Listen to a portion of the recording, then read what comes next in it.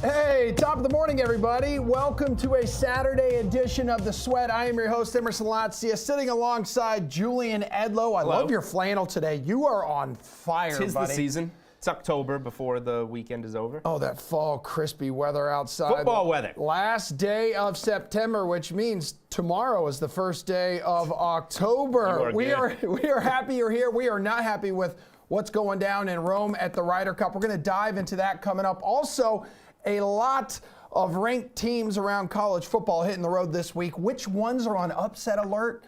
10th ranked Utah losing at Oregon State last night, Jules. We'll get into that. Plus, let's talk some winners and losers from the Dame trade to Milwaukee and if the Bucks truly deserve to be championship favorites. But first, let's start with what went down on Thursday Night Football. All right, that was outstanding. You know, that was a fun one for the guys, and you know, it was a total team effort. You know, and it's easy to go through here, and it's actually not easy to go through here and start picking out individual players. There's a ton of guys that played really well, but you know, I didn't realize this, but that was David Montgomery's first time to get a win against the Packers, so that's pretty impressive, and 3 touchdowns. First time that we've had a Lions running back that's gotten that here at Lambeau, so that's pretty impressive. We have that confidence. Yeah, like I said, send us anywhere, line us up against anyone, and we feel like we can go in there and beat them, and that's a good feeling to have. You know, does it always going to happen? I don't know, but we feel like we can, and we have that confidence in ourselves and our coaches and each other, and we're working together pretty well right now. All right, no better time than now to bring in Josh Applebaum of VSiN as we kick off our NFL Hangover segment when we love to react and overreact to NFL storylines. So we had Amon-Ra St. Brown performing the Lambeau Leap.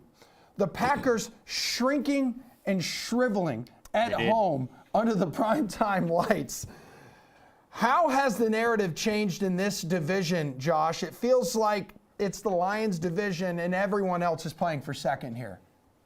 I'm with you, Emerson. Good morning, guys. Big college football day today. But again, recapping this game, a couple big takeaways. Let's start with just kind of the nuts and bolts of the game in and of itself. What I loved about that game was a dog to fave line move. It's always notable to me when you open as a dog, you flip to a favorite. We saw the Lions open some shops getting a 1.5. They flipped all the way, you know, to -1.5. So anytime you see a team open as a dog, flip to a favorite, that's kind of an auto bet for me. So the Lions are able to come through in that situation. Also, by the way, Dan Campbell, as bettors, there's no one we love more than Dan Campbell, guys. Covering numbers, he has been absolutely unbelievable. You remember his first year, he lost a ton of games, but covered a lot of spreads. Dan Campbell now is 23-11 against the spread, 68%. If you had bet $100 on every Dan Campbell game that he's coached the Lions, you'd be up almost $1,100 overall. So I think we got to start taking, if we haven't already, taking the Lions seriously here. Obviously, they showed out great in the opener against the Chiefs. But a couple numbers for you guys. Now they're 3-1. Packers are 2-2. I think it speaks to not only in this division how great the Lions are playing, but how poorly both the Bears and the Vikings are, both 0-3. Now, right now, to win the division, they're -205. It's kind of a big price here. I want to say they're around +100 even money, +145, something like that, going into the season. They're -450 to make the postseason. So I'm not going to lay the 450, but you could entice me to bet a unit to make to win this division at -205, risking a unit, trying to get a half unit back. In particular, guys, I like the adjusted win total. I'd still hit the Lions over 10.5. Remember, they had a lot of money over the offseason, over 9.5 really juiced up. But their adjusted win total, 10.5 at DraftKings, over -125. Quite a bit of liability here. They already got 3 games down, 3 wins down. They only need 8 more. And look at their schedule, guys. They haven't played either the Vikings or the Bears, so those are 4 games right there. Can you win at least 3? Maybe you sweep and get all 4. You're going to play the Packers again. Then you're going to play the Panthers And then those are games that I think you should win, and you might even win some of these other ones. Raiders, Broncos at home, Cowboys, Saints, Chargers, Bucks. I think they're a great play in Survivor next week against the Panthers. So I'm fully on board with Dan Campbell. He's cashed a ton of numbers. He did it again in prime time. I like them to win that division -205 and go over that adjusted win total 10.5. Jules, the Lions establishing NFC North supremacy here. What's the move on the DK Sportsbook with them right now? Yeah, I don't know if there is a move. I don't mind if you want to lay the 205, like Josh said.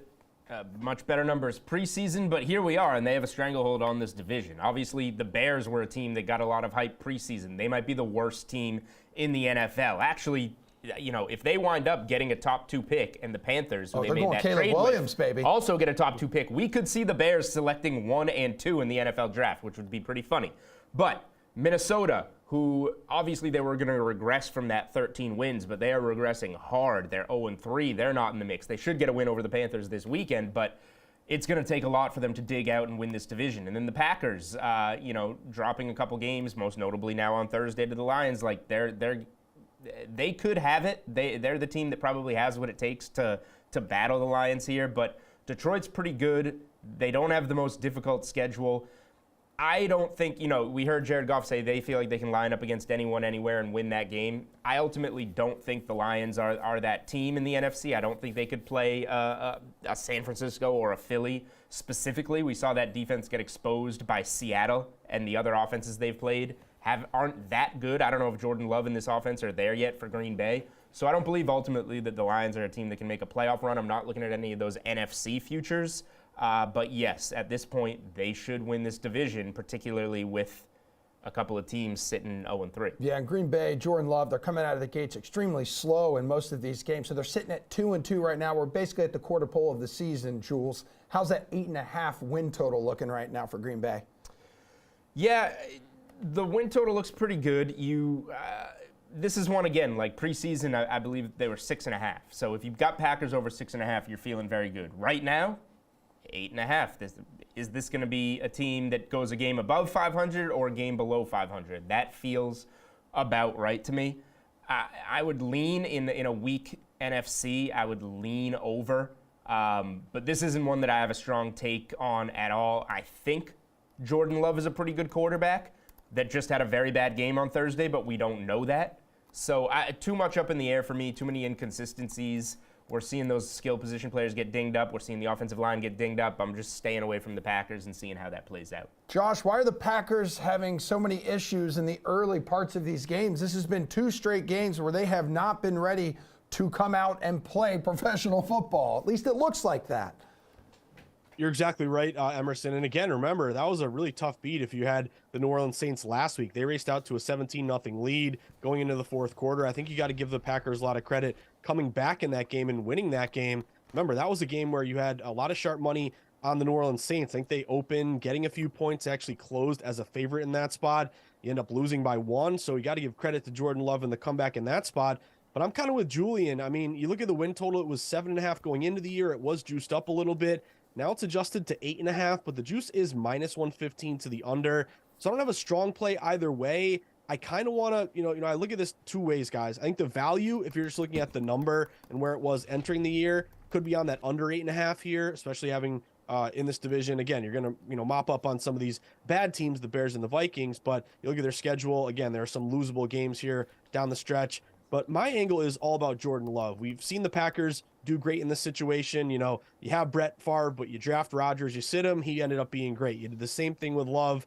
I think you're proactive and made a great move. And now he's out there, and his numbers are pretty good overall, guys. I mean, you look at what he's done. He's 56% completion rate, 900 yards, 8 TDs, 3 INTs. The rating's 88. So he's not terrible, but I think there's some learning curve here. And I think you're banking on, if you're going to go over 8.5, the fact that he's going to get better as the season progresses. So you think you like the defense? To me, is something to bank on. Love, again, I think the jury's still out. I like him as a quarterback, but he's got to prove it to me and get more experience. And keep an eye out for the next game, guys. Monday Night Football, not this upcoming Monday, But the next spot here for Green Bay, they're at Vegas, and that's pretty much a pick'em game. Whether or not Jimmy G plays, we have to wait on that. But to me, that's a game that if you're going to go over 8.5, you need to win that one, especially if Jimmy G's out. Well, Josh, we know the NFC North is the Lions division. NFC South, totally different. 3 teams right now, 2-1. Then there's the Panthers, 0-3. Derek Carr dealing with the shoulder injury. Didn't practice Wednesday or Thursday here, Josh. Did practice yesterday. If he doesn't go, this becomes another opportunity at a revenge game for Jameis Winston against the Bucs. What is the move in this game? And maybe it has you rethinking some NFC South futures here? Yeah, I think so, Emerson. Hopefully they don't serve crab legs at the buffet here in this one. Oh, yeah. I forgot about that. Him going into Publix and just taking crab legs, which they're really good at Publix. You should have gone with the pub sub. I know I should have gone with that one, Emerson. Look at points with Tampa Bay. This game was 3. This line is moving away from Jameis. And here's an angle that should scare you if you want to back Jameis in the spot. Again, remember, go back a few years ago. Not the ESPN films, but the touchdowns and interceptions. But as a favorite in his career, Jameis Winston is 8-19 against the spread. That is only a 30% cover rate. So he came in that game. Obviously, it was a tough spot, with Carr getting hurt, having to be inserted in that game in the fourth quarter. His numbers weren't terrible. 10 of 16, Emerson, 101 yards, no touchdowns, no picks. His rating was 80. But to me, if you have a 17-point lead and you go in that game, you need to win that game. So I think it's a downgrade here, obviously going from Carr to Jameis. And I think if you're looking at some futures in this division, if you get Carr back, I still like the Saints. They're plus 125. Their win total right now is 9.5 over at minus 135. They have a good defense. But again, it's hard to back Jameis, especially as a favorite. I'd look toward the Bucs and the hook this weekend. All right, Josh, we'll catch up with you a little later in this show. Jules, you did such a fantastic job. We're going to give you the next block off because there's a storm of brewing. Stormy will join us next. How Drake May is shaping up as an NFL prospect. Plus, we're breaking down other big storylines around college football, baby. It's week 5. Buckle up.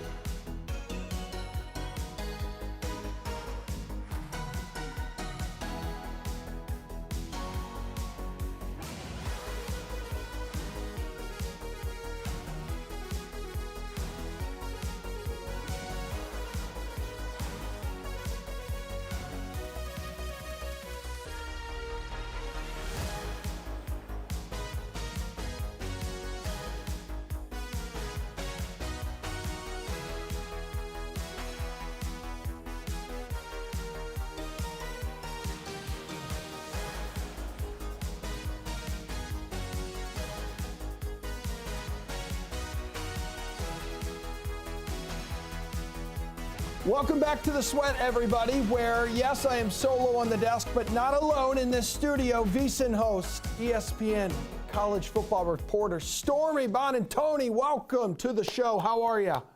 I'm awesome. Appreciate you having me and looking forward to talking some ball. Yeah, let's do that right now. So Oregon helping derail the Colorado hype train last week, Stormy, for now, though, at least. Now comes USC. This is another 3-touchdown favorite. Caleb Williams, Shedeur Sanders. Which Buffs team shows up? Yeah, that was a shellacking, wasn't it? I feel like it was a lot more interesting for the commentary and back and forth off the field than it was on the field, which, by the way, it's not played in Hollywood, Emerson. This game is played on grass. Amen. I do think that this is a better matchup for Colorado than Oregon was. USC didn't play great themselves this past week against ASU, let the Sun Devils stick around a little too long. But I feel confident that USC is going to win this game by a good number. I just don't know by how much. So full transparency, I don't have an actual play on the 21.5, but I'd lay it before I'd take it. I just don't see how Colorado is going to get stops in this game. So some numbers for you. USC is one of just 2 teams in the country, Emerson, with 500 or more total yards every game this season. Colorado's allowed 500 or more in 3 of 4. The lone exception being Nebraska, who we know is hot garbage offensively. But the yardage teams put up 42 points, 35 points, 42 points on their defense.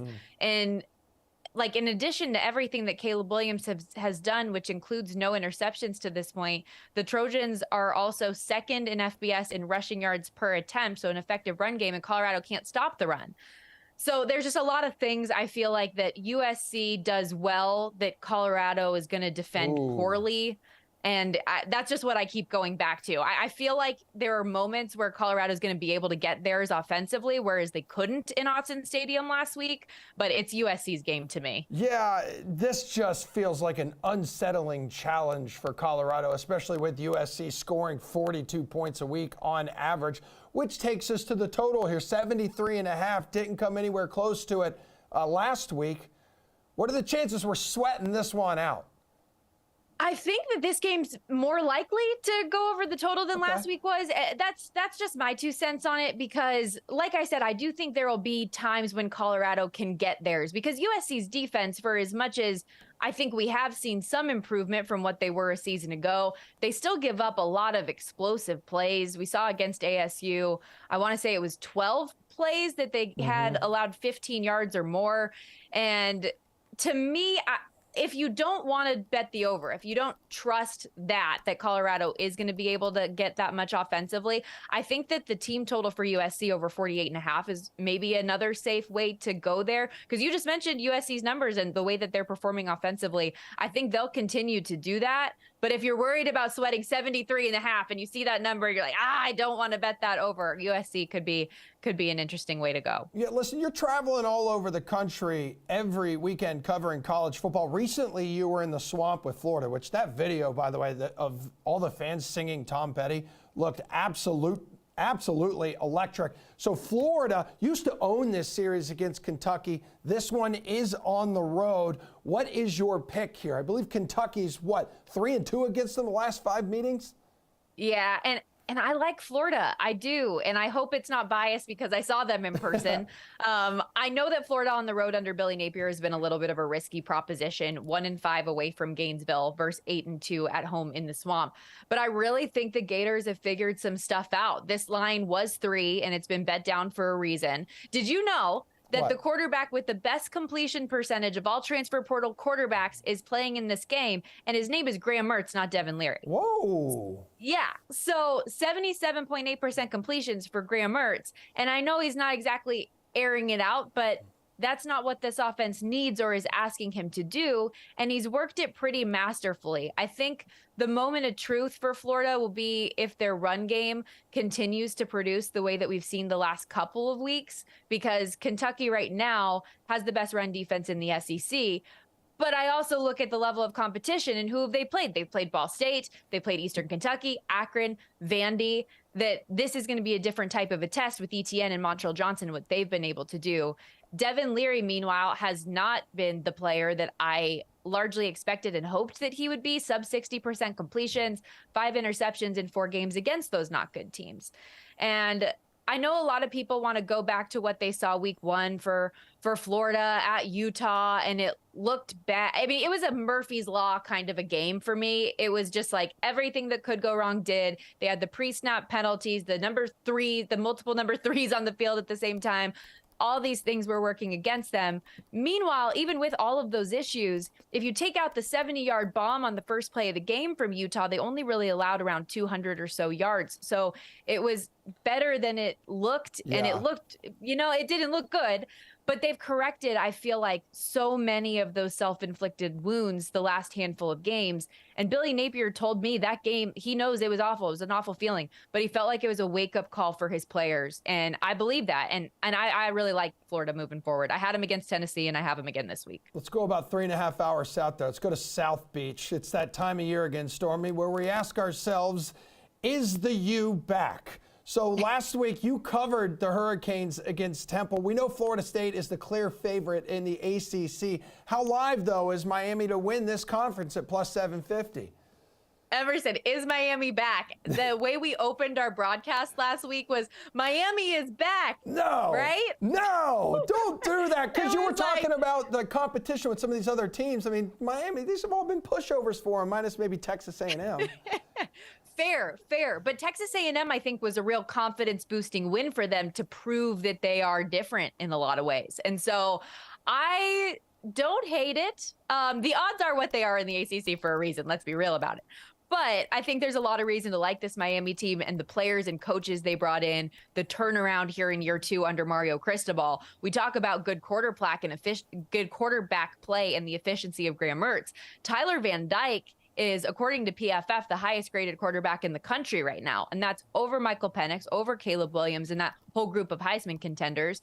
And despite him being on his 3rd offensive coordinator in 3 years. So they're putting a lot together in a positive way. They've got good weapons at the skill positions. Their offensive line has been tremendously upgraded and has made a big difference for them. But the schedule ahead, like you're going to have to go head to head with Drake May and UNC in Chapel Hill in a couple weeks. Yeah. Clemson and Florida State are on the schedule. Louisville's on the schedule. So there's a lot of go prove it games ahead. But plus 750, I don't hate it.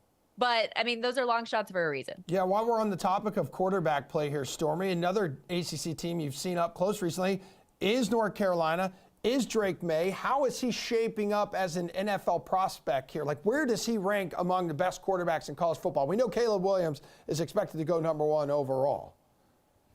I mean, he's right-handed and threw a touchdown with his left last week against Pitt. So I'd say he's pretty special. He's not ambidextrous, or I guess amphibious, as some people like to refer to it. Amphibious? That's one of like the greatest all-time sports media quotes ever. But so with Drake May, he's my number 2 for sure still. And I think the numbers are what they are for Caleb Williams for a reason. For May, what's interesting about him to me is the counting stats haven't been as mind-blowing as people want, right? And you see the touchdown interception ratio, 5 touchdowns, 4 interceptions. But the talent and traits are all there. He's averaging just shy of 300 yards per game, 73% completions, has 3 more touchdowns on the ground.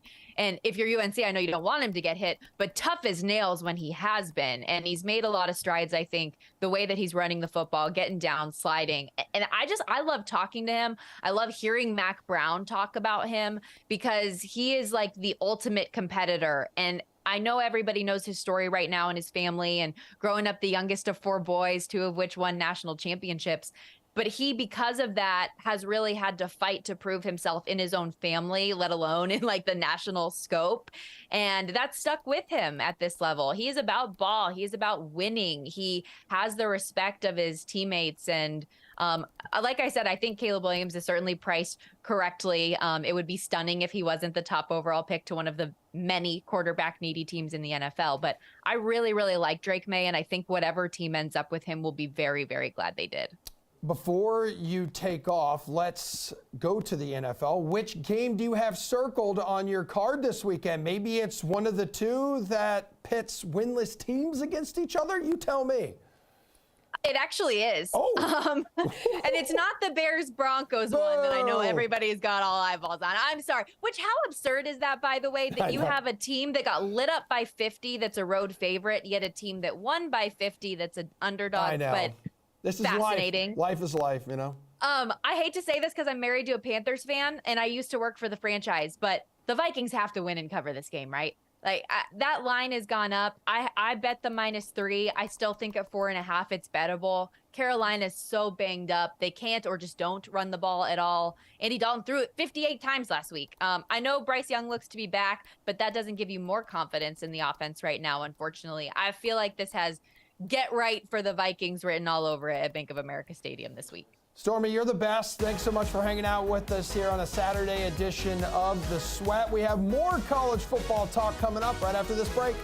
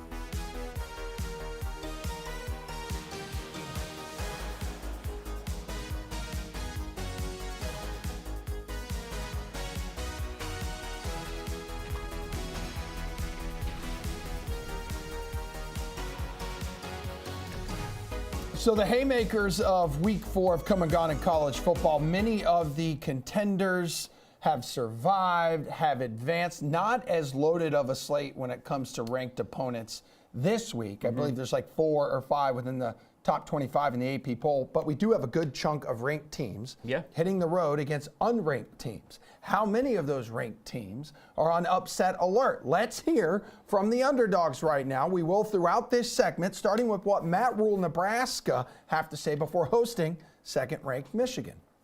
Yeah, we're going to play every team we play. No one came to the University of Nebraska to not play good teams. We started off with a tough schedule. We played on the road the first game. We started off with had some tough breaks in that game. Had a touchdown before the half. We thought maybe you never heard us complain about anything. We're not here to complain. We're not here to make excuses. We're here to play good football and win. We went to Colorado, top 25 team at the time. Probably still are. I haven't seen it. Played them. We're just going to play every week and battle. So. This is a great opportunity. We have good players. We expect our players to play well. The game, this game will be about blocking and tackling, covering, getting open, making throws. So we'll just play it and do that for every week for 8 weeks and see what happens. Jules, Matt Rule says this game will be about blocking and tackling. Michigan is better at both of those. Wolverines, though, 0-4 ATS this season. Yeah, Michigan hasn't been good against the spread, and you're getting a pretty big number here. If I'm betting the game on the spread, I will take the home dog in Nebraska. I'll take the points. But if we're talking upset alert, I don't see it happening. Nebraska ultimately doesn't have enough firepower. They can maybe slow down this game, keep Michigan not covering some of these games. 17.5, you see the number there, but I would not consider taking that plus 650 money line. Fun atmosphere, having Michigan come into your house, but Michigan will sneak away with another win, although it might not be by more than 17 points. Nebraska leads the FBS in rushing defense, so it's not going to be easy for Michigan. Yeah, and that's a strength for Michigan. For sure. Head coach of Auburn, Hugh Freeze. Here's what he has to say before a tough challenge against number 1 Georgia. It'll be all hands on deck. Auburn putting their best foot forward, which they will. Our people are incredible. Our place is incredible to watch a game at, the atmosphere. And so now we've got to make sure they see what Auburn is really about while they're here for a game of this magnitude. Hey, maybe home field advantage can give Auburn a shot here. Bulldogs, another team, 0-4 ATS. First time this season that number, too, has been lower than 26.5 points. Exactly. Low number here. I think that this is a good shot for Georgia to actually get its first cover of the season. Okay. This Auburn team, home field in the SEC, a big game like this against number 1, that can get you juiced a little bit, but at some point there's going to be value on these Michigans and Georgias for not covering, and I think this getting below 14.5 at 14 or better, I would lean to Georgia here. I just think that defense going up against what this Auburn team has been, Auburn's going to have a really tough time scoring even at home here. So absolutely no upset alert here, and if I'm picking a side on the spread, I am laying it with Georgia at 14 or less. I remember Dan Lanning and his electric comments ahead of that Colorado game last week with his Oregon squad. He's dialing it back a little bit as they hit the road to face Stanford. I think anytime you have a performance where you perform well, I think that builds confidence, right? And then you get to build off of that, but we're not playing last week again. We're playing next week, right? So it's about what you do now. I thought the guys, like I said, today was a great practice. Yesterday wasn't, right? And I told our guys that. So they really attacked it today. They got after today, but it's going to be about what we do on Saturday and up until Saturday. Is this a possible letdown spot against the Cardinal following last week's blowout victory over Colorado? Yeah, potentially. I mean, you just got hyped up for that game. You have so many other big Pac-12 games ahead of you in this conference with so many good teams. It's easy to look past a road spot here going against Stanford. Absolutely no chance at the upset alert here. Oregon dropped to this game at Stanford, I think, a couple of years ago as big favorites. It's not going to happen again here. But I'm not laying 27 with Oregon. This opened up in the low to mid 20s and it has been bet up. I can't bring myself to lay this many, but I'm absolutely not touching this dreadful Stanford team. So this is just a stay away. could be one of those spots where we see Oregon just try and get out of here with the win, and it's a little closer than it should be. But they're absolutely getting the win, and I can't touch the spread on it. All right, let's go to 7th-ranked Washington now, which under center Michael Penix Jr. this week, he became the Heisman favorite. They will be heading to the desert today to face Arizona and head coach Jedd Fisch. I look at the fact that we're 3-1, and the only loss we've had was in overtime on the road against an SEC school. And I'm proud of the way our guys are playing. I think that we've had some opportunities for points. We just haven't come down with them. Certainly this past game, you're on the 36, you're on the 26. You know, I don't know, make the block, make the throw. You know, I just think there's some of those plays are just weird. You know, it's weird. It feels like we've crossed the 50 a lot in the first quarter of games. So we just, maybe this will be the week that we can turn those into points. We're certainly going to have to against this team. What's the level of upset alert here for Washington? Wildcats 3-1. Yeah, it's not happening. You can talk about the 3-1 record. That's because of Arizona's schedule. Now they are going to get into the nitty-gritty of those Pac-12 heavyweights. Their next 7, they could lose their next 7 games if you go look at their schedule. They're going to be underdogs in their next 7 games until they end the season in that rivalry game against a poor Arizona State team. So for me, I'm not touching the spread, big number to lay on the road, but Washington has been electric. They're not losing this game, and I'm betting the team total over 42.5 is a play for me on Washington. Their team total over every week is probably going to be a play for me. This offense is slinging it. They have motivation to keep that going as the game goes on. They're trying to win Michael Penix the Heisman. They're trying to get into that Pac-12 title game. So Mississippi State scored 31 against this Arizona team. You saw mention to the SEC school that they lost to on the road. That's the best opponent that they've played. Washington, last week against Cal, a defensive team that can slow it down. Dropped 59. They went on the road, so only road game to compare to against a Big Ten school. That's generally a spot you muck it up. They go to Michigan State, score 41, 43 against Tulsa, 56 against Boise.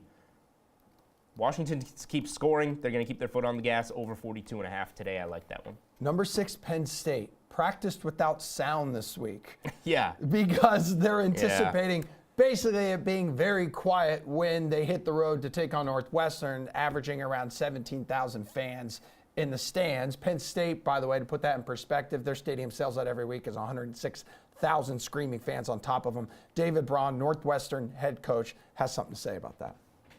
But the moments I cherish the most, honestly, are the time with my family post game, the time with our players post game. You know, a little bit of a reprieve Sunday morning, you know, with my family, breakfast with the boys. And, you know, you walk back into this facility and it's like, hey, what do we need to learn from this last one? And it's a sprint to get ready for Penn State and get ready for practice this afternoon. So as much as there was, you know, a great deal of enjoyment and all that, it's been, you know, that's part of the Big Ten schedule. On to the next. So awesome Saturday evening. So cool to see. The outpouring of support from so many different areas of the Northwestern community, and you know, really excited to continue to channel all this positive energy and you know, put that into our preparation for Penn State. All right, so Braun, very emotional following that 37-34 overtime win over Minnesota last week. What can they do at home against Penn State here? Penn State has flashed that Big Ten championship potential on both sides of the ball through 4 weeks here. Yeah, this is all about Penn State kind of naming their score, if you're interested in laying 27 or taking 27 here. You mentioned it. They're practicing with no music on so that they can play in silence to replicate what this Northwestern building is going to be like. If they want to get the energy sucked out of the game and, you know, make this a grinder, then go ahead and take 27 points with the home team. But if they want to run this up, a team coming off a 31-0 win over Iowa, a much better team last week, they can just kind of name their score here, 42-0, 49-0, whatever they want. So if this were a look-ahead spot for Penn State, maybe I would be, you know, more into staying away. But Penn State has a bye next week, and then they play UMass, and then it's Ohio State. So they have a lot of time to prep for this Ohio State game. It's a stay away game for me. It's really just what you think Penn State wants to do in this spot, run it up or not. All right, under 1 minute to go in this block, Jules. Yep. 12th ranked Alabama, 14.5-point favorite on the road at Mississippi State. This game kicks off at 9 o'clock for whatever reason. It's also going to be Jalen Milroe's first road start of the season. How do you expect this one to play out? I don't think Alabama's losing. They're not, they got looked down on early in the season, and then the QB game where they were rotating guys. Okay. I think Alabama wins the game, but they haven't been good covering on the road. So if I'm betting the spread, I'm taking the plus 14.5 with the home dog. But Alabama, this is not an upset alert spot. Alabama gets the win. All right, coming up next, folks, Damian Lillard finally got his wish. Game time. Mostly. The Bucks acquiring the 7-time All-Star guard from Portland in a 3-team deal. The big-time impact that it's had on the NBA futures market next.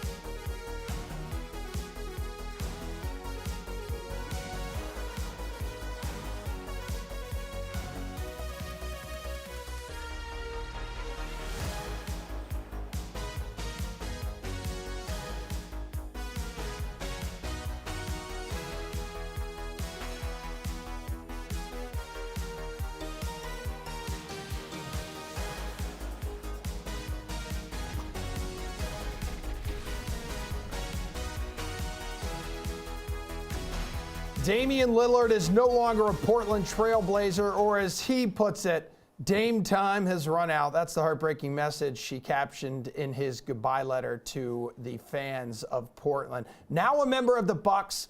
I'm told winters, Julian, are a little different compared to those winters in Miami on South Beach. Anywho, JJ Redick joining Gojo and Golick this week to discuss this Bucks blockbuster. You know, I think for Milwaukee, this is a great move. You have a chance to add one of the best players of this generation and a guy who I think fits perfectly with Giannis. His ability to stretch the floor out of pick and roll, allowing Giannis to, play in more space. You think about who Giannis has run pick and roll with in Milwaukee, primarily Eric Bledsoe, Drew Holiday, Chris Middleton.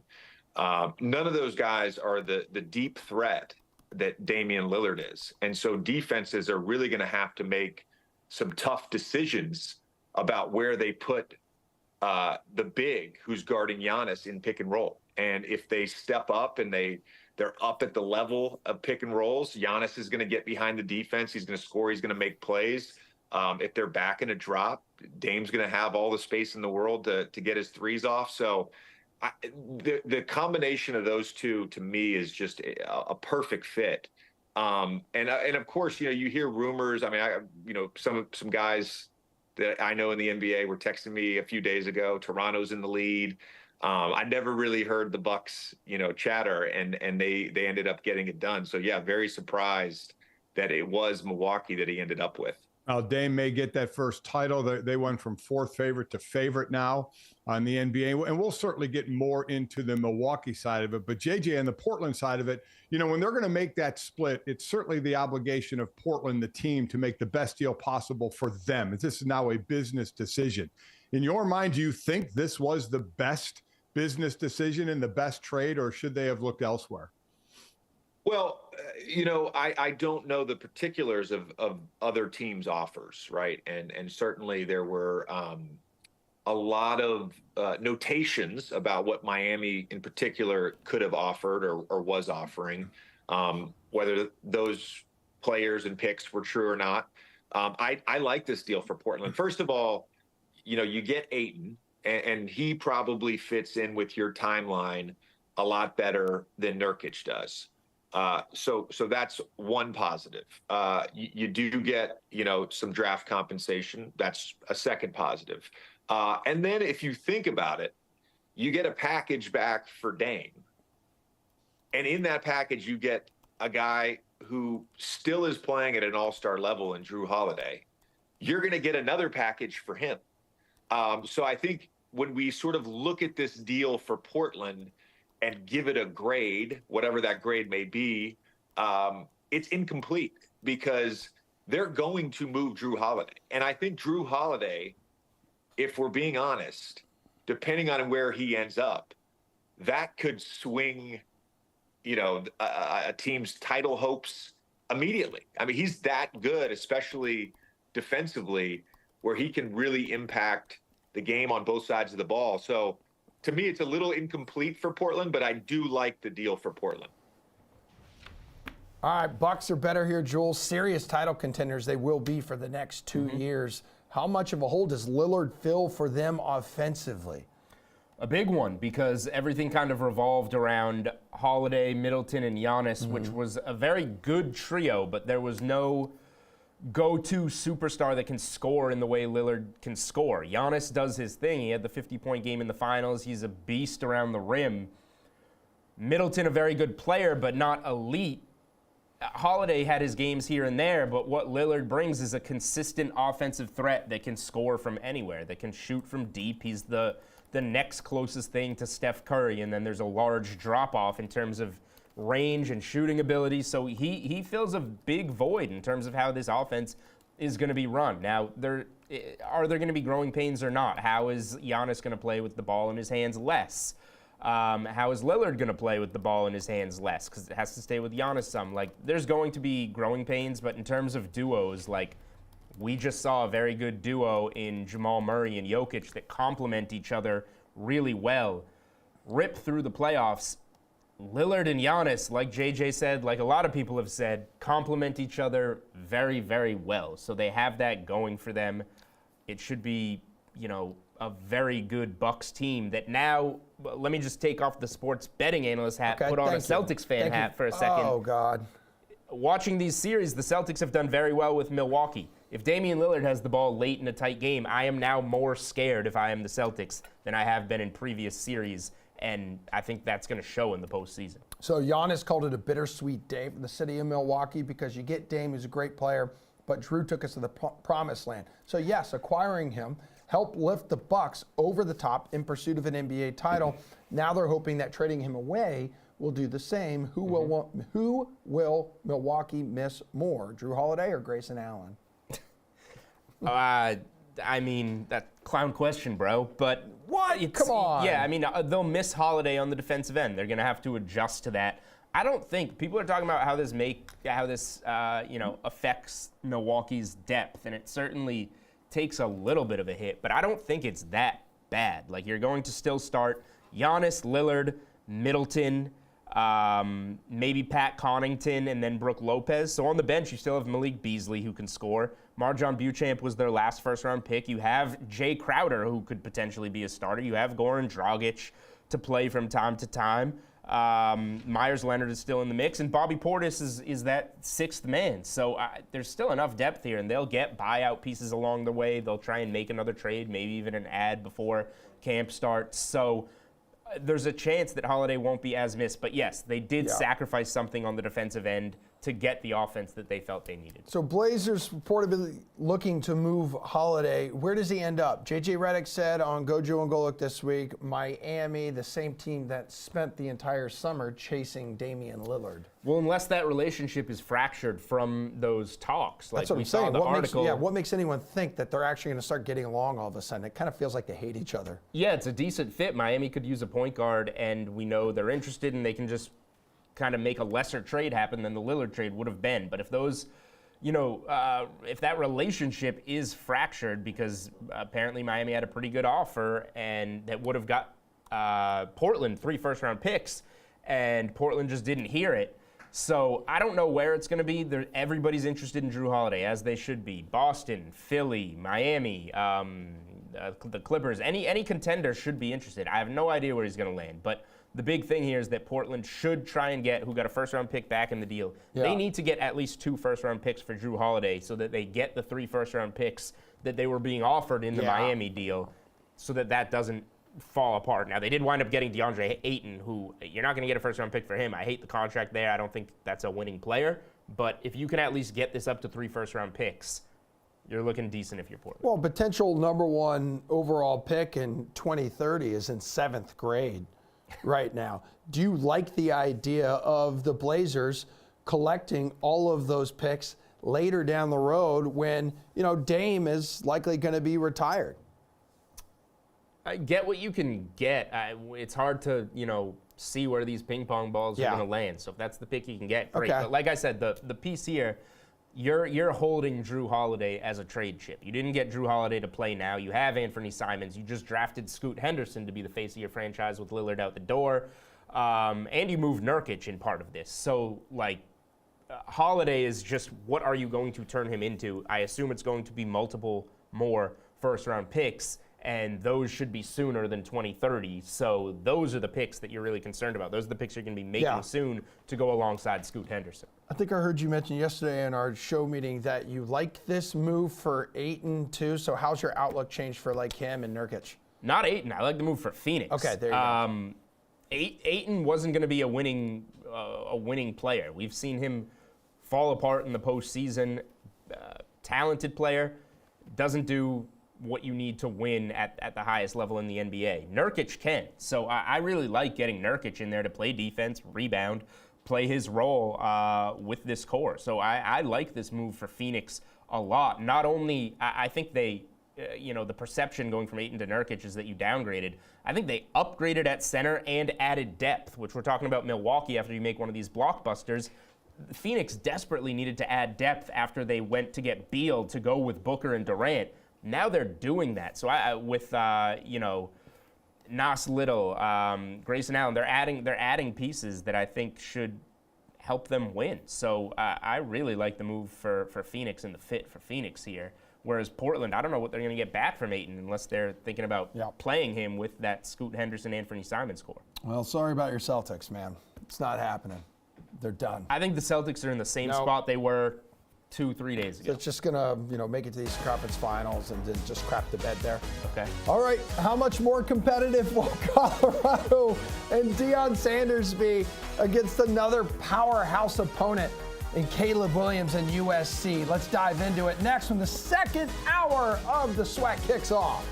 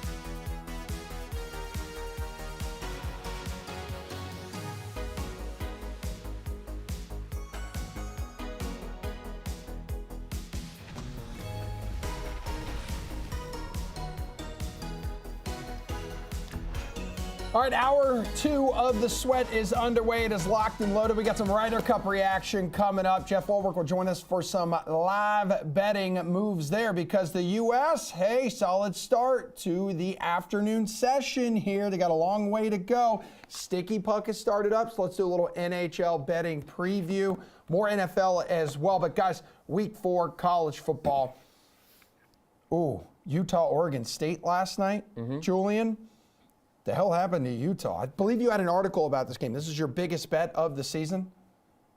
Weekend at least. Weekend for week 5 kicking off here. Yep, was Oregon State. Got it early, minus 120 money line. It went well in our favor, and the result went in our favor. So Utah's really good, and I thought their defense played really well last night still. But that was a brutal spot for them. They just grinded out a 14-7 home win over UCLA and needed a pick 6 to get the game going to get there. This offense just doesn't move the ball well without Cam Rising, and they're going on the road. Short week, Friday night game to an Oregon State team, hungry, coming off a tough loss at Wazoo last week. Terrible spot for Utah, and Oregon State stepped up and did what they had to do to win that game and keep this Pac-12, which is by far the best conference in college football, entertaining. And we're going to see a lot more of these games where a higher or a lower ranked team is probably a short home favorite, and that's going to be the side that I'm going to be in a lot of these games. Yeah, But Josh. good result last night as you try to cut me off as I take a victory lap for my massive win that I led everyone to. You haven't been now able to, you can talk. You haven't been able to take many victory laps this season with Yes, your I college have. football bets, so good for you. Things have No, turned be quiet. significantly in our favor. Josh, Pac-12. Jules just said it. He nailed it. It's the best. I did nail it. It's the best conference in college football right now. What's the futures markets here looking like, man? You seeing some interesting movement? So I'll stick to kind of what Julian was saying, not in terms of the futures market, Okay. but in terms of teachable moments from games where either you cash and you're happy and you're taking that victory lap, or maybe you lose, but you make sure, hey, next time this thing rolls around, I'm not going to miss it. So I think Julian nailed it here. Another reason why I loved Oregon State in this spot is that it was just so fishy. It didn't make any sense. Oregon State was ranked 19th. They were coming off a loss. They were favored in that game, and they lose outright. Meanwhile, you look at Utah. They were ranked 10th. They were coming off a win and a cover. But again, respecting the market, I think it's so important. If you look at the way the market moved, how it opened, this was actually an opening number here with Oregon State laying 2.5. I thought that spoke volumes right off the bat because Utah was a big public play. They're getting 70% of bets. If they were undefeated and they were coming off a cover and they had a better ranking, then why were they the dog in that spot? I think these are the situations, and Julian mentioned it, where the public loads up on that trendy dog and says, hey, the odds makers are wrong. I'll take the undefeated team getting points. They're ranked higher for a reason. But again, the odds makers know this. They're going to set these numbers with this public bias in mind. And even though you're getting 70% of bets on that trendy dog Utah, the line moved further to Oregon State, -2, 2.5, up to 4, even 4.5. So I think it's a great example of if you were on Utah and you got the loss, hey, you're on to the next. But make sure next time that rolls around, when you see that team that doesn't make any sense, worse record, awful loss, worse ranking, yet they're favored and they're contrarian and the line moves further in their direction, that's a play you don't want to miss next time it rolls around. So Julian, save room for me on that victory lap. Great hit there by the Beavers last night. Hey. I will. Wow, man. This is fantastic. You're so awesome. I know. What about Florida? Stay tuned for today's picks. All right, let's go. Florida, Kentucky here. Stormy joined us earlier in the show. She likes Florida. How popular of an upset pick will the Gators be on the road in Kentucky, Jules? Stormy likes Florida. Some other bettors that I respect like Florida. I am going Kentucky here. Wow, so you're disrespecting people you respect. I'm disrespecting people I respect. If you want to go by what Josh just talked about, this is, a ranked team. Florida just got the big win over Tennessee. Why are they an underdog at Kentucky? But I don't even care quite as much about that angle as just how bad Florida has been away from the swamp, and they're getting too much credit here. Stormy mentioned it. Billy Napier has one win away from the swamp, and it was at a Texas A&M team that wasn't even bowl eligible last year. They went 5-7. So they beat a very bad team in their one road win. This team does not play well on the road. Yes, the game at Utah was a little bit out of hand, like the 70-yard touchdown to begin the game, some big mistakes. I don't think they're going to be that bad. They're going to be better. But this is still a big, rowdy atmosphere SEC East game that Kentucky is going to be hyped for. And Kentucky's not spectacular by any means, but they're definitely good enough to win this game at home. I just think Florida needs to prove a lot to me away from home. And sure, Florida will have revenge on its mind, but this Kentucky team went down to the Swamp and won by double digits. Yeah. So sure, revenge, but Kentucky might just be straight up better, and they're at home here. Yeah, it's like we mentioned earlier with Stormy. The Gators won like 30-something straight games in this series. Now all of a sudden Kentucky has won 3 out of the last 5. Kentucky, though, Josh, doesn't appear to have really been tested yet. The Gators have grinded out these victories since that season opening loss against Utah. So I would say, Emerson, I never love going against Stormy, one of the wisest, wise guys, wise gals out there. There my you colleague go. at VEASAN here. So, but I will go Kentucky in this one, and I'm with Julian in this play.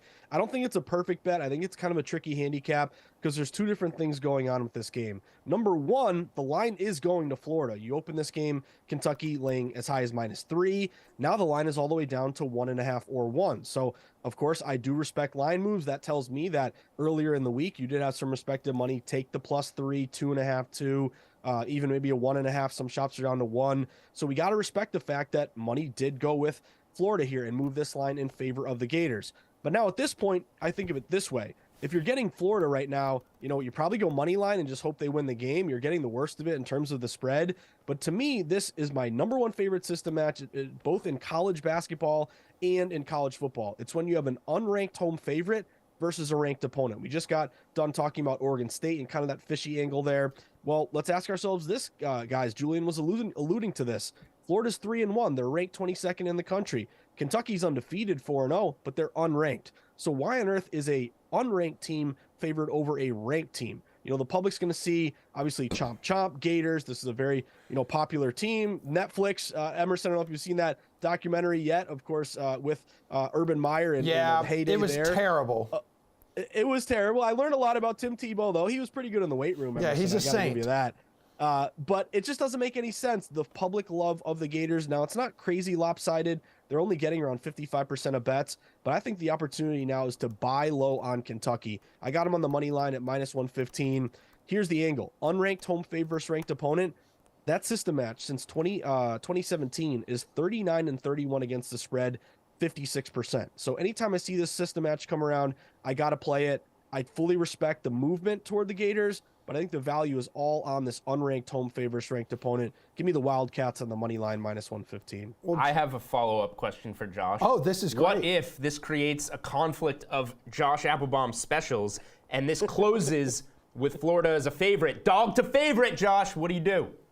Oh, Julian, great question by you. That's tough. I mean, it's like trying to choose between, you have 2 dogs, who's your favorite dog? You have 2 kids, who's your favorite kid? Yeah, who's your favorite dog? Emerson has 2 I don't dogs. have a favorite dog. They're both equal. I won't put Emerson in that spot. Emerson's a dog guy, so that's going to be tough to pick between his pups. But I would say in that case, Julian, I think there's some system matches where they're so strong. That's kind of the last factor to push me over the edge. So as long as we still, close with Kentucky favored, I've already bet the game. I don't really go against my bets. I dance with the one who brung me. So I'm gonna go Kentucky here. But Julian, it would make me nervous if prior to this game starting at noon, it did flip to Florida. I mean, if we talk favorites between my dogs and my wife, that's a different story. We can go down that road at a different time. Yeah, shh, quiet. Let's stay in the SEC here, Josh. LSU 2.5-point favorite on the road at Ole Miss. So Ole Miss coming off that rough loss against Alabama, and the Tigers surviving in a 3-point victory against Arkansas. What do you do here? I got to go Ole Miss in this one, Emerson. This is the most heavily bet game of the day. It's also the most lopsided game of the day. You're currently getting, across the market, 82% of bets from DraftKings in particular, going with LSU. Now, LSU obviously 3-1, ranked 13th. Ole Miss also 3-1, but they're ranked 20th. So here's where these rankings come into play, where the public just says, hey, you're going to be the 13th ranked team in the nation, only laying 2.5. You're under the key number of 3. You got to win by a field goal. Doesn't seem like, a big ask there. You might as well go with LSU. But let's look at the way this line is moving. LSU actually opened this game as high as -4.5. That was quickly down to, 4, 3.5, 3. And what's really important is that the key number of 3 is now gone. You're down to 2.5, and you're not really juiced up -2.5 toward LSU, -115. Like, it's getting back to 3. It's staying pretty steady here at 2.5. So that tells me the odds makers, even though they're getting such heavy support for LSU, they're reluctant to give out that +3 to contrarian bettors here. So I got to go Ole Miss in this one, guys. Only 18% of bets. most heavily bet game of the day, #1 contrarian play of the day, conference dog, kind of like NFL division dogs, that built-in familiarity really benefiting the team getting points. And also, I'll throw this at you, Lane Kiffin. Lane Kiffin knows the spread. He's done it before. Yep. He's tweeted about it. We all know about the rat poison. I think this is something in the locker room where he's saying, hey, guys, we're a dog at home. We're getting points. They don't respect us. I think there's a motivational angle here at play as well. I got to take the 2.5. I'd love to get the 3. Isn't really available much anymore, but I got to go Ole Miss in this spot. What do you got, Jules? If there's one public favorite that I will go with today, it's going to be LSU. I understand the sharp play of taking the home dog here, and that's part of half the reason I'll say why I'm not betting this game. The other half would be I have plenty of LSU futures and over the win total, win the division, win the conference, so I'm going to sit back and be an LSU fan for this game. But I do think there's something a little off about the Ole Miss team that could be exposed today. That said, the LSU defense also not very good. All right, very quickly here, I will be USC very Colorado. How long of a day is it going to be for the Buffs defense? Long, but it's going to be a long day for both defenses. Okay. This isn't over for me. This is not a spot where Colorado is going to get shut down like last week, and the USC defense just isn't that good. Sanders, the cornerback, out for Colorado. Over. I don't care wherever it is in the low to mid 70s. All right, good stuff, guys. We need to take a break. When we come back, we will have Jeff Ulrich on, one of our gorgeous golf gurus. We're breaking down the disappointing Ryder Cup thus far for the Americans. What chance is he giving them to make a historic comeback, a good start to the afternoon rounds for them?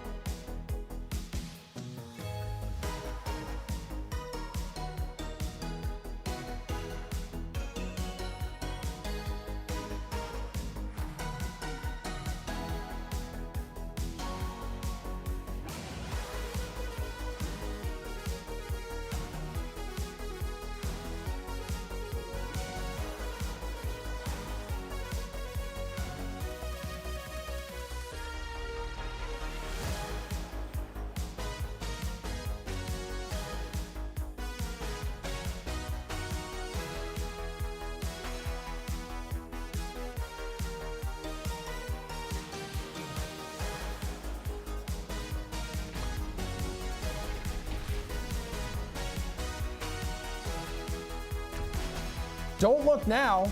or do, but after a historically terrible start for the Americans in the first day and a half of the Ryder Cup in Rome, currently leading 3 of the 4 matches in the afternoon 4-ball session here on Saturday. Jeff Ulrich, if Team USA somehow sweeps this session, which would be an absolute miracle, they would actually be in better position than they were in 1999 at Brookline here in our backyard at Boston, or the Europeans were in 2012 at Medina. Those 2 historic comebacks. Hey, yesterday, though, was ugly. Give me one word to describe Team USA right now through where we are at the Ryder Cup. Unprepared is the word I would use it. Unprepared from a captain's standpoint of how to react in terms of the situation. Unprepared just, I think, as a team. Nobody came over and played this golf course. Nobody came over and played the Italian Open. No one came over and scouted it. I would just say this is just a completely unprepared U.S. team that is getting beaten by a team it's obviously on their home soil. They're ready to play. They have one former champion of the Italian golf course, obviously, that they're playing on, Marco Simone. And I think that you're just seeing a more prepared European team beat a U.S. team, which I don't think has necessarily bought in as much. Now, as you said, I mean, these guys are prideful and they're fighting back this afternoon. I'm not getting the vibe that necessarily we're going to get the big comeback tomorrow, but certainly, like you said, anything can happen in the Ryder Cup. I mean, momentum shifts, and look, Europe has to close this out. Yeah. So it is interesting what's going on, but right now, just a completely not ready to go from day one for the USA, unfortunately. Dude, there are reports now of the U.S. locker room being fractured. There being some drama inside there. Cantlay reportedly wants to be paid. Zach Johnson is saying he's proud of this team despite how terrible they were yesterday. And also this morning, Europe led 9.5 to 2.5 after 3 sessions, Jeff. That's the largest lead after 3 sessions since the Ryder Cup first used the 5-session format in 1963 here. Europe continued to throttle the Americans this morning.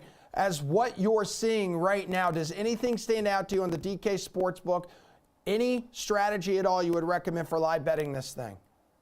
Yeah, so I mean, right now, like, we don't have a ton of live betting opportunities. We don't know the matchups, obviously, yet for tomorrow. We still do have 2 matchups on the course that you could bet on. Obviously, those first 2 do look like they're going away to the Americans. Then you got Justin Rose down a hole, looks like, to Justin Thomas, Jordan Spieth, being plus 310 on McIntyre and Rose to potentially come back there. A tie is kind of interesting there, plus 425. Those are kind of big odds. I'm going to be dead honest. I mean, I don't think that trusting Justin Thomas and Jordan Spieth is a great strategy right now. Certainly not at minus 215. It's not for me. I would not be shocked if Rose, being the veteran that he is, fought back with his rookie teammate there. So potentially looking for something in that matchup. I think a tie is actually a really interesting bet there at plus 425. We don't have that many holes left. I think asking the Europeans to win that might be a little too much, but certainly getting a half there. And then the other one, I mean, again, like, you've got Rory and Fitzpatrick there. I expect them to get a tie at worst, but I would probably just leave that one alone. I'm not going to take minus 275. I think that first matchup is interesting, though, the tie there. And then obviously going into day 3, I think if you look at the day winner odds, again, whatever happens in this afternoon session, I don't have enough confidence in the Americans. I don't either, think dude. that Europe probably gets a good sleep tonight. They rebound a little bit, and they probably take the day, regardless of what happens in these last 2 matchups. I like Europe plus 100 for a day 3 winner. And now they're just attempting this damage control with the reports of dysfunction coming out of the locker room. Zach Johnson says a lot of these guys all of a sudden are not feeling well. They're getting sick. And I said, yeah, their sore throats are from choking on the back 9 yesterday on Friday. Ricky Fowler is not going to play at all today. Who has the most pressure on them to perform tomorrow? Who really needs to step up? And why is the answer every single guy on the American team? I mean, after the morning session, the guy who needs to save some face here is Scotty Scheffler. You just got absolutely, I know he's the team format, but like, Scotty Scheffler getting beaten in any event 9 and 7. I mean, I am almost prone to think that there is something wrong with him, like that, but he potentially is battling some kind of sickness, because that's not a result. That's just an absolute destruction.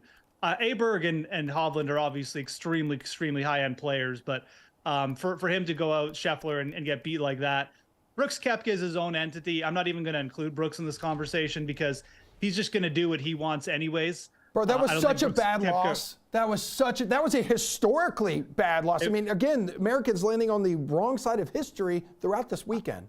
I'm not going to pretend like I stayed up and watched this thing because I'm not built like that. But when I woke up and saw the 9 and 7, I mean, I certainly jolted me up. I didn't need my coffee or anything.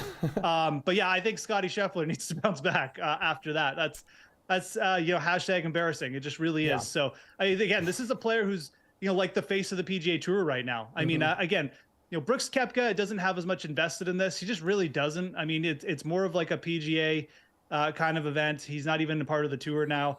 I don't think Brooks ultimately cares. He kind of gave that sentiment by his words last night in the press conference. But I think Scotty Scheffler cares. I think Scotty Scheffler's got probably going to come out.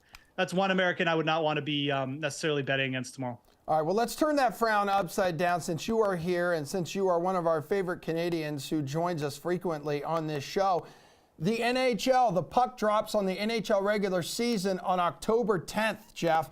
Right now, looking at some Calder Memorial Trophy odds. It's like this race is always fun to follow because it gives us like a great look at what we can expect for the future.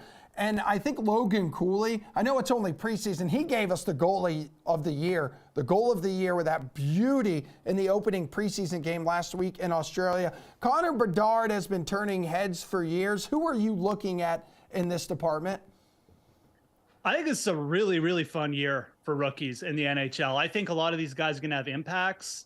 A lot of them have obviously gone to bad teams as well. You do have Luke Hughes, obviously there at plus 750, defenseman on a really good New Jersey Devils team. But, Fantilli, Logan Cooley, Bedard, they're on cellar dwellers, but they're going to play prominent roles. And I think you're going to see a lot of, at least a few of these guys, a couple, I should say, because there's 3 of them, produce right off the bat and have productive seasons, be part of fantasy teams, stuff like that. And I think for betting, I do think there's a good opportunity. We have seen multiple number 1 overall picks, guys who were like really almost generational talents, not win the Rookie of the Year.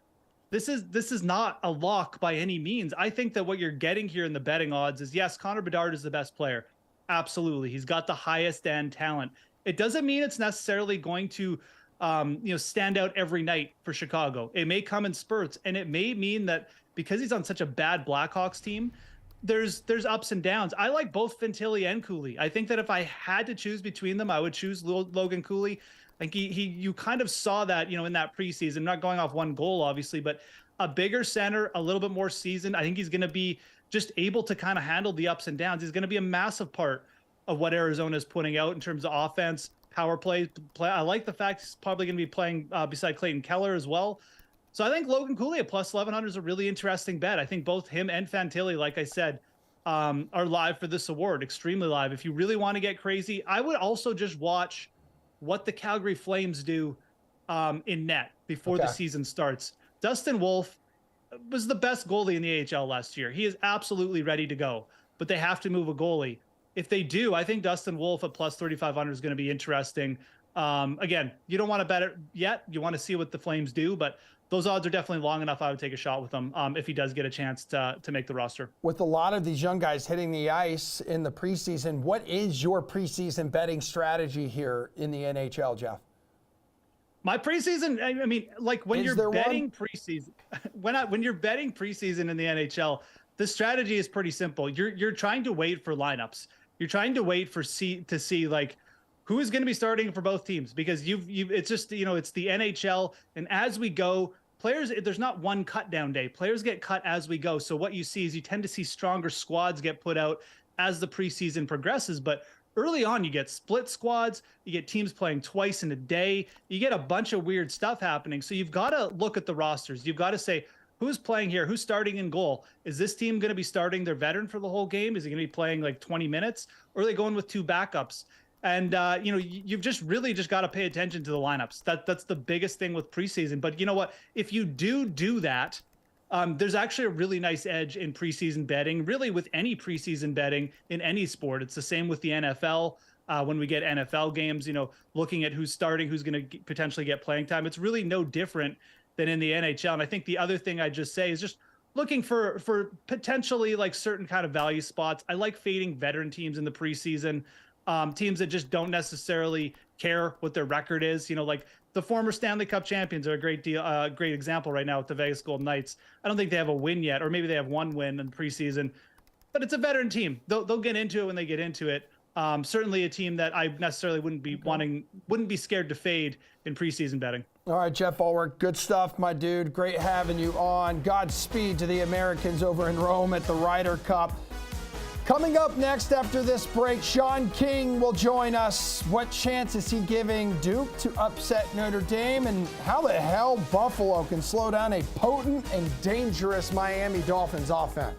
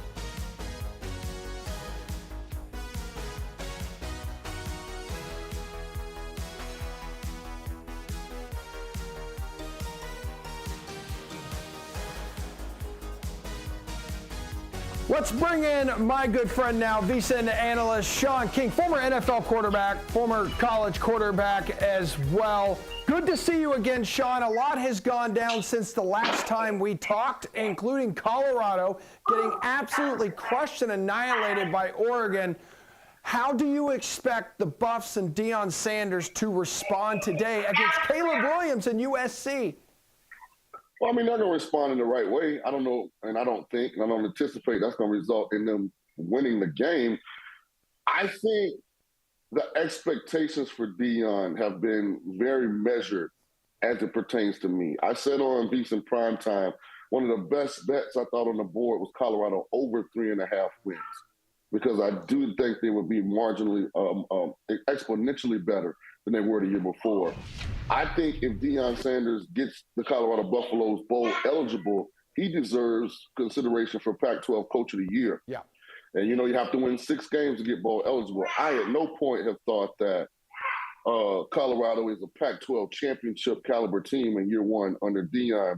And what's happening is they're getting into the part of the schedule where they're playing the teams that are competing for the Pac-12 championship. So this is going to be a wide discrepancy from a competitive and talent standpoint. I expect Caleb Williams and that offense to handle their business, and we'll see. But they're going to respond just fine.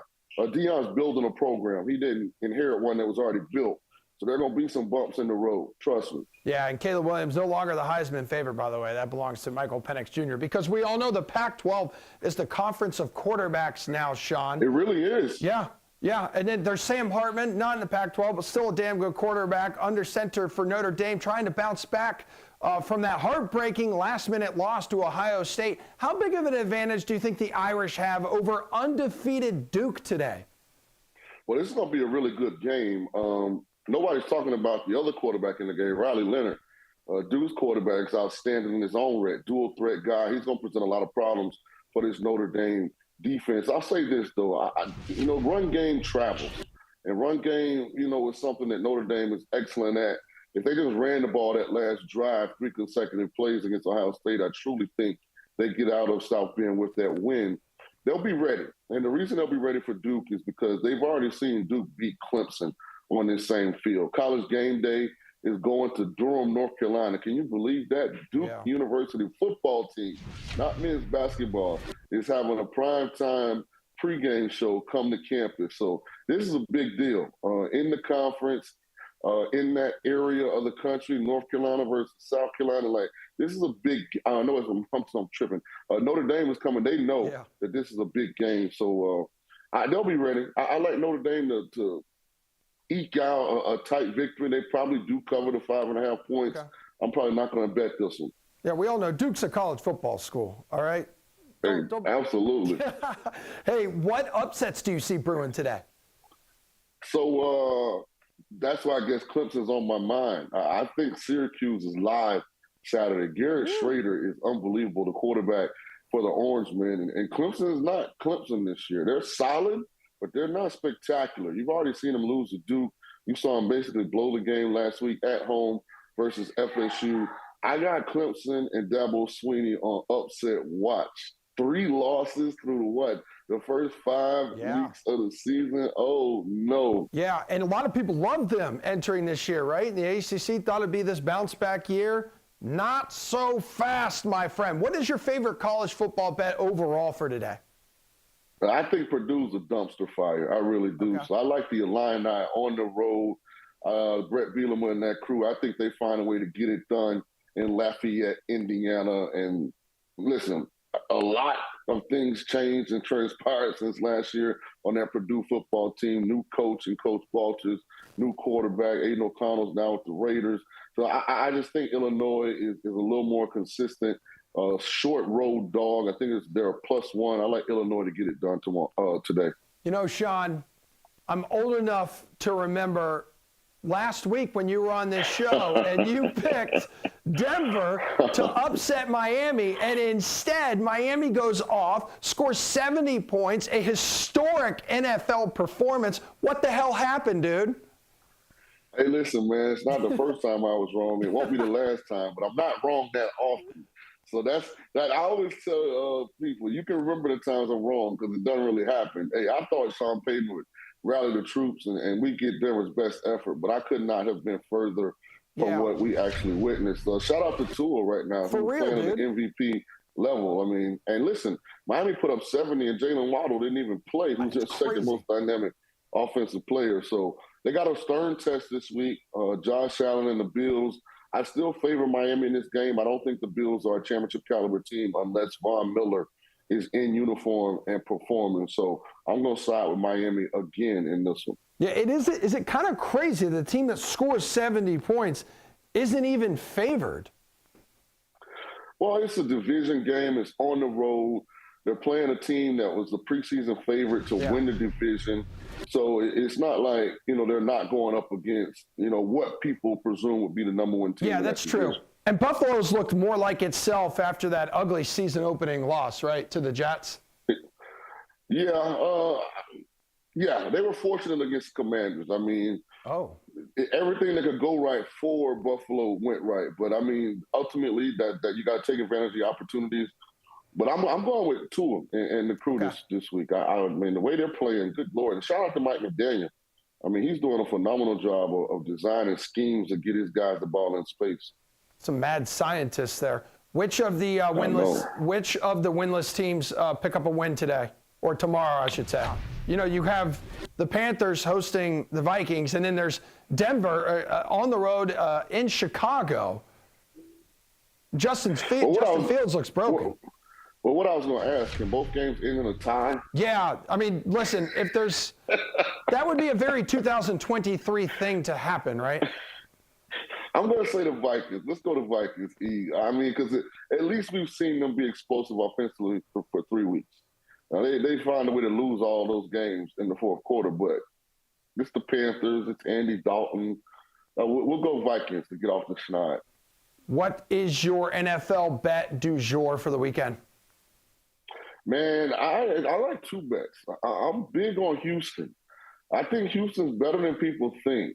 I told everyone last week, I don't know if I said it with you, that Houston had beaten the Jaguars 9 out of 10 times. Now you can make it 10 out of 11. Yeah, Trevor Lawrence hasn't even beaten Houston once, dude. Like, it's embarrassing, man. It's embarrassing for me and my Jags, who are going to lose now in animated fashion, aren't they? This is a Toy Story game tomorrow. So I like the Texans tomorrow to cover the number. I also like the Rams to cover the number. So those are my top two bets in the NFL: Rams and Texans. Okay, and you're also it's a letdown. It's a letdown spot for the Colts, man. They just beat the Ravens. So yeah. I mean, listen, could those games end up being a slugfest? Sure, we'll see how it plays off. You're going to be covering a slugfest later tonight. This Alvarez fight. He's a heavy favorite. How do you see this one playing out, Sean? It's one of those deals where I think, Emerson, if you're going to wager in boxing or anything else, you got to have bulletproof emotions. Meaning you have to be able to separate what you want to happen from what most likely will happen, which is how you generally cash tickets. So I want Jermell Charlo to win this fight. I do. But I don't think it's going to happen. And here's why. He's coming off the longest layoff of his career. He's been off about a year and 4 months. And in today's boxing, that might not seem like a lot to some guys, but for him, he's been active. You can go all the way back to 2008, 2009. This is his longest layoff. He's also coming off of a broken hand. He's also moving up 2 weight classes. He's also fighting in the biggest fight he's ever been in, whereas this is just another event for Canelo. I just don't think he can overcome all 5 of those things. I'm going to say that Canelo wins by stoppage. I'm going to say it's a body shot that ultimately stops the fight. So shop the best number. You can approach it a couple different ways. You can take Canelo by TKO, KO, or DQ, or you can take the fight to go under 10.5 rounds. That's how I'm going to be approaching it. All right, and that's why we bring you on here, The Sweat, to help us out. Sean King, great to see you as always. We'll catch up with you again here soon. All right, dude? Can I give one futures bet to everybody watching? Quickly, go ahead. A bonus bet. Let's take a long shot play in the Pac-12. Let's take Washington State at 25-1 to win the Pac-12. Washington State's the best team in the country. Nobody's talking about Cameron Ward, quarterback at Washington State, dark horse, Heisman contender. Going to be one of two teams in the Pac-2 next season. All right, Sean. Later, dude. We'll talk to you soon. All right, you can catch Sean along with Tim Murray on VSiN Primetime weekdays, 6 p.m. Eastern. Sean King ending with a hot take there, and I actually kind of like it. 16-1 you see there for Wazoo to win the Pac-12. I'm going to break down the Pac-12 this way because the odds on the board are set exactly the way I want them right now. I am out on this side. I am in on this side. I'm not betting USC as the favorite with that defense. Oregon looks really good, but I'm going to pass on them. Utah, I can't do it with the rising situation. This side, Washington is the favorite. Oregon State with that big win. And Washington State, I like those ones. We will be back on the other break with the sweat. We're bringing Pierce back. We're bringing Jeff back. We're going to talk NFL.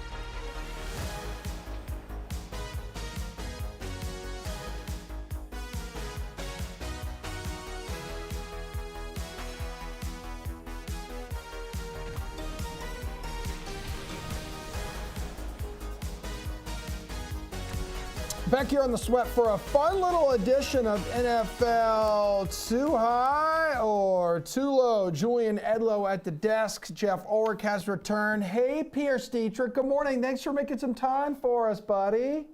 Anything for you. Yeah, okay. Well, let's start with you, Mr. Positivity. Sunday Night Football, Chiefs. Only a 9.5-point favorite on the road against the Jets. 9 right now. 9 right now in the DK Sportsbook. That's too low, isn't it, Pierce? Yeah, from the positive perspective of Kansas City, from Mr. Negativity going to New York, not looking so good for the Jets, but we've all known that since week 1, and it's just seeming to get worse. The Chiefs pretty much rolled the Bears last week, and I would argue the Bears' offense is better than this Jets' offense, so I don't think Kansas City's defense is going to have any problem. The Jets made some offensive line changes last week, and it kind of worked, despite what the numbers say. They gave up almost a 50% pressure rate, but that was because Zach Wilson held the ball for 3.2 seconds each drop back. The only quarterback that was worse last week, Justin Fields. And so we saw what happened there. Yeah, this number's too low. The Chiefs look unbelievable. All right, Jules, most bet ATS team by bets and handle for week 4 in the NFL on DraftKings Sportsbook is the Chiefs -9. These are supposed to be the dangerous ones that you stay away from, but I can't tell you to do that. Like, how are the Jets going to keep up in this game? Let's play devil's advocate and try and talk through how that happens. They're at home at least, so this isn't the Bears going to Arrowhead. The way that the Jets compete in this game is by benching Zach Wilson. So maybe for a bet in this game, you're looking at betting some Wilson unders, because if he starts off poorly, which we know he is, then you look to bench him. They just brought in Trevor Siemian, who's not going to solve the problem, but literally, I think the effort level from the rest of this team could go up if they bench Zach Wilson, because everybody's saying they hate him. So, like, they could say, all right, fine, we finally moved on. We're going to show a little bit more effort. That said, Trevor Siemian's not coming in here and, competing with Mahomes in this team. I think this is going to be one of those public favorites that gets through, and the Chiefs win this one by double digits, but we could see something weird happen. I like Zach Wilson unders for that whole narrative of just you got to make a change to get this team to buy in. You can't keep feeding them the same thing with Zach Wilson. Jeff Ulrich, what do you think? Too high, too low? I mean, we're going to settle the age-old question of how many points is Taylor Swift worth having in your box and being on this and being in the stadium? It's got to be at least 21. How many points is she worth? I think she's worth at least 3 more points here. Look, I mean, the Chiefs have had trouble covering big spreads with Andy Reid and Patrick Mahomes, but I think part of that history also goes back to teams where they didn't have good defenses. The guys brought it up. This is a pretty good defense. Steve Spagnuolo is going to blitz a ton. They're going to bring a lot of pressure. They've got a good pressure rate on the season. That's just bad news for Zach Wilson. And the other part of this is, everyone's like, oh, well, the Jets' defense is going to hold up. The Jets' defense is going to make this a close game. The Jets are 20th in defensive EPA right now. They're 17th in defensive DVOA. They're not holding up well against the pass right now, which is actually a little bit surprising. And it's not good when you have Patrick Mahomes coming to town. So I just don't see this Jets team as being that good. They're just not as good as they were last year. And now they don't have Aaron Rodgers to rely on with Garrett Wilson. So, yeah, no, I do think this number is a little too low. Like Julian said, I think this is going to be one of those public favorites that probably just works. Well, Jules, what do you think about this 14-point spread with the Cardinals and San Francisco, San Fran at home here? Is this a little too high? I will actually go with, I guess, what is the contrarian favorite here. I guess I like the 2 biggest favorites on the board, but I would lay it with the Niners here. Arizona's not sneaking up again. Really? Because they just upset the Cowboys last week? They did. They've been playing better than a lot of people, including myself, give them credit for, but that's the whole point. They just beat Dallas as 12, 13-point dogs. They're not going to sneak up on San Francisco here, who's in the division. San Francisco is going to be ready for this game. And Dallas Dallas got exposed badly by Arizona. I think San Francisco is just buttoned up. The defense is elite. The defense is healthy.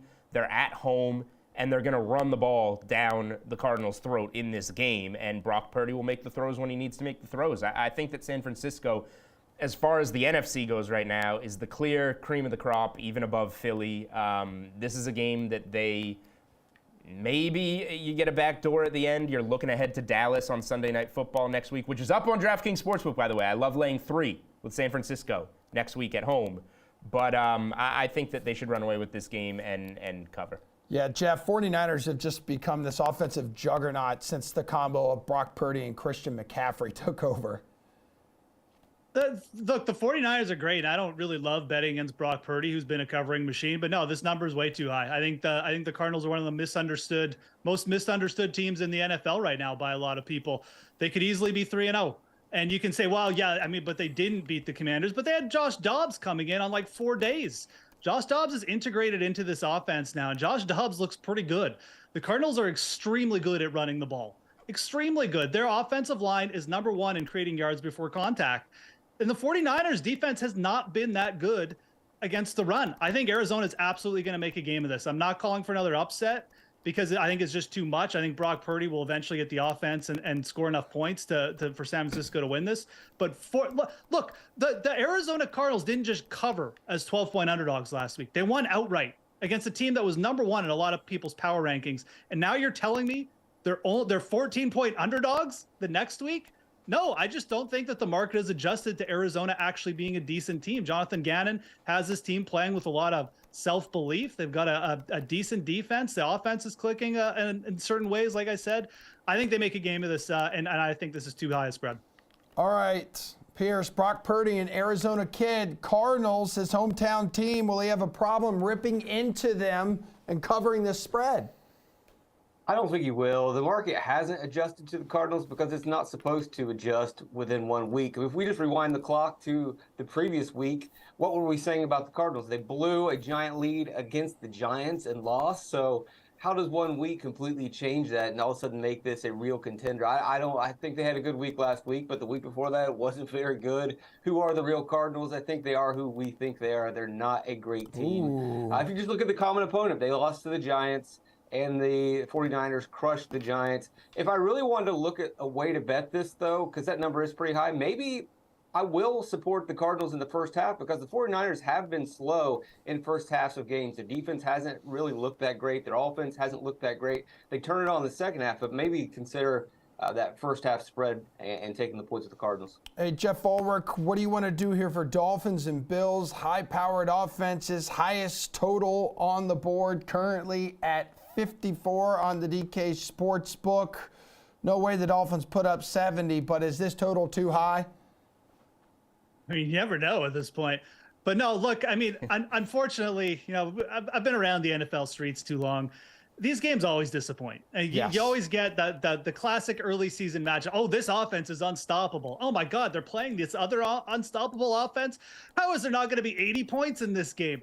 Look, when it comes down to it, this is a divisional early season matchup.